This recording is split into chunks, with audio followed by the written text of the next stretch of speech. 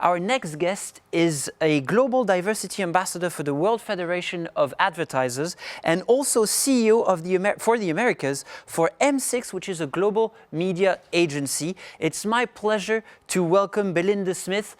Belinda, hi. Thanks for being with us. Hello, hello. Thank you for switching to English for me. My pleasure. Ms. Smith, we've been talking all morning about diversity and inclusion in the advertising industry and beyond. And I feel like it would be good to hear again why diversity and inclusion in the workplace and the contents of the ads is really beneficial for the entire industry. Yeah, of course. I think, we speak a lot about ensuring that we have diversity represented in the content. And I think you have gone through some really good examples today. What we try to remind everyone is that to get to really diverse content and really diverse outcomes, you also have to be diverse behind the scenes and internally and at the table of decision makers who are creating that content. So, certainly for me, I think it's very important to see different perspectives reflected and to see something that you connect with and that you can align with. But more than anything, we have to not only focus on the end product, but also have that level of commitment and that level of tenacity in our internal teams. And we have to make our workplaces and our agencies and our creative teams a place where we have a lot of diverse perspectives and people can weigh in and can really change and impact the work. Right, you have to walk the walk. You can't really fake diversity. That's right. Then, in that sense, what has the WFA, which is sort of the Union des Marques International, if we were to put it like this, what have you been doing to help companies really tackle the issue? Get the job done.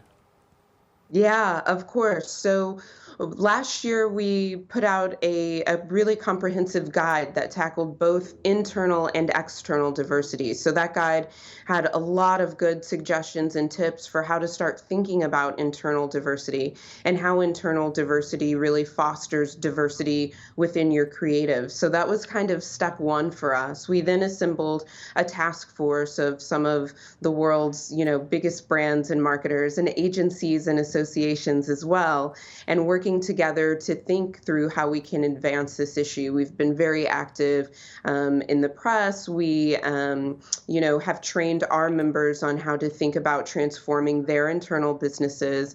And I'm really excited that coming up very shortly, we'll have another piece that maps out all of the areas of the creative process and how you can insert a lens of diversity into each of those steps when you're going through the creative process, whether that's internally or with an agency. So I think we have those two big items that really help us think about both internal diversity and diversity in communications. And then we've also built out and maintained a really nice diversity and inclusion hub on the WFA site that has tools, resources, research, talks, really anything that if you're starting this journey and want to educate yourself or want to educate those around you within your company, you can go there and find something as well. So we've done quite a bit in this remote era and looking forward to continuing that work.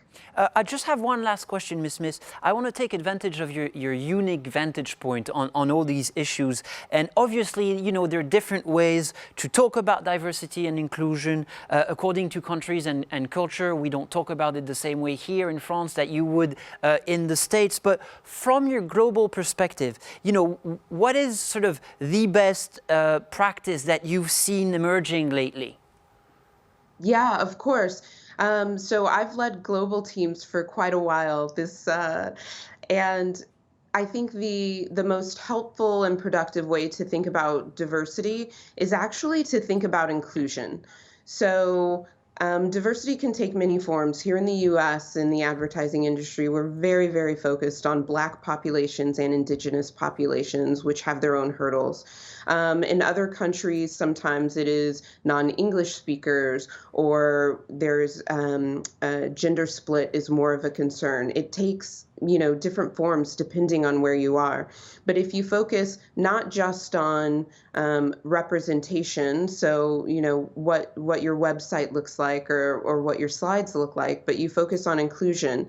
And by inclusion, meaning that everyone around that table feels like they are valued equally, they have an equal ability to grow and progress, they have an equal ability to speak up and to impact the work. If you think about it from the lens of an inclusive perspective, then I like to say diversity can often sometimes follow on to that. If you're just thinking we need more women, or we need more Black people, or we need more LGBTQ representation, but you don't think about how to actually change your culture so that those people feel included and they feel they belong when they arrive, that's sometimes where we see problems. So I would say one thing that does apply globally, no matter who or where you are, is to think about it from the aspect of inclusion and from every single person within your four walls really feeling included. And that is probably what we should all strive for. Thank you very much, Miss Smith, for joining us from New York. And now we will switch back to France for the rest of the to French again. Sorry for the rest of the program. Thank you very much, Miss Smith. Bye-bye.